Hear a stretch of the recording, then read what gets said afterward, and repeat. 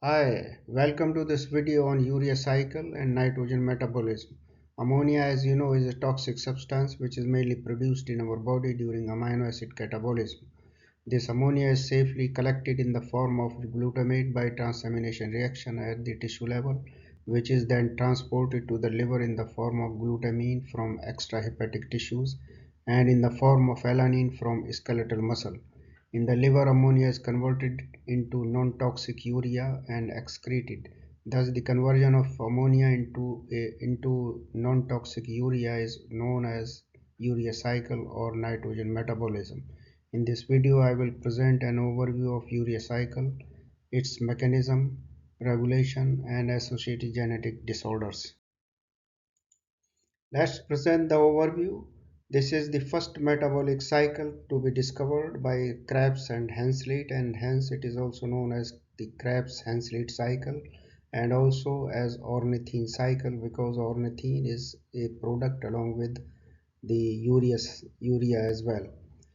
It occurs exclusively in the liver with a total of 5 reactions, including 2 in the mitochondria and the remaining 3 in the cytoplasm. In addition, it requires two transporters, ornithine and citrulline transporters. It is an energy-dependent pathway with a net consumption of 1 ATP molecule. It serves as an anaplerotic reaction, supplying fumarate to the Krebs cycle. What is urea? Urea is an organic compound which is non-toxic, also known as carbamide.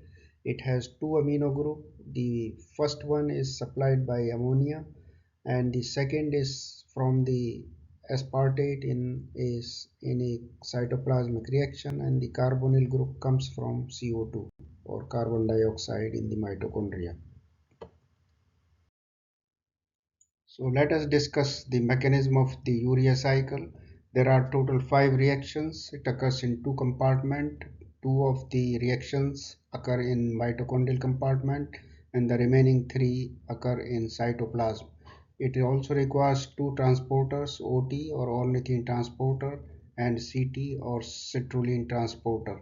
The first step is the rate limiting step, which is in which carbon dioxide and ammonia in the mitochondrial space react together in presence of enzyme called carbamoyl-phosphate synthetase 1 or CPS1 producing carbamyl phosphate. This is energy requiring step and 2 ATP molecules are consumed here.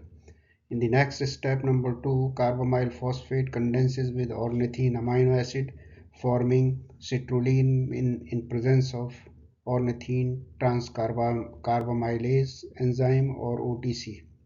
Citrulline is transported into the cytoplasm with the help of CT or citrulline transporter where it condenses with aspartate producing argininosuccinate with the help of enzyme called argininosuccinate synthetase. This step also requires 2 ATP molecules, so far 4 ATP molecules have been consumed in this cycle. In the next step number 4, argininosuccinate is broken down into 2 molecules, fumarate and arginine, with the help of argininosuccinate lyase enzyme. This is the step 4. Fumarate joins the Krebs cycle producing 1 NADH molecule which is equivalent to 3 ATP. Therefore, the total consumption of ATP in this cycle is 4 minus 3 is equal to 1 ATP molecule. Arginine, as it is produced, it is a signal for the activation of CPS1 enzyme. So remember this, it will help you to understand the regulation of urea cycle later. Arginine in the last step is converted into urea by enzyme arginase. Urea is secreted in urine, whereas ornithine is transported to the mitochondrial compartment. And because ornithine is one of the product of urea cycle, this cycle is also known as ornithine cycle.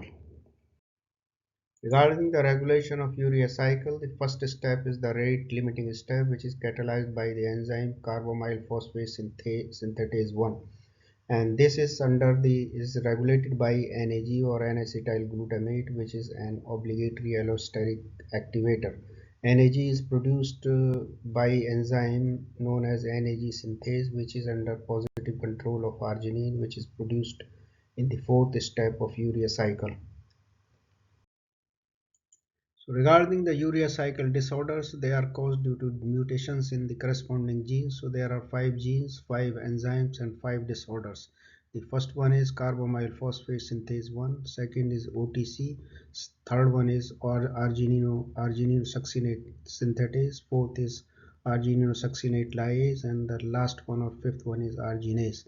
So these are caused due to mutation in the corresponding genes, and collectively they are known as urea cycle disorders. They have a common symptoms of showing hyperammonemia.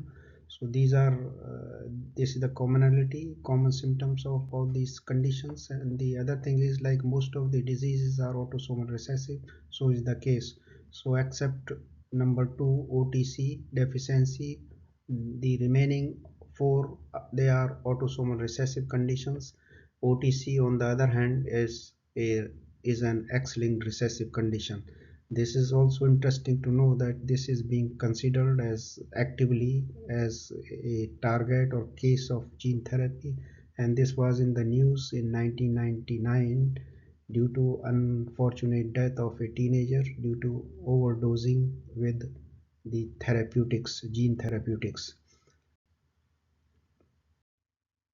Thank you very much for watching this video. I encourage you to like it, share it, subscribe it, and until next time, you take care. Bye bye.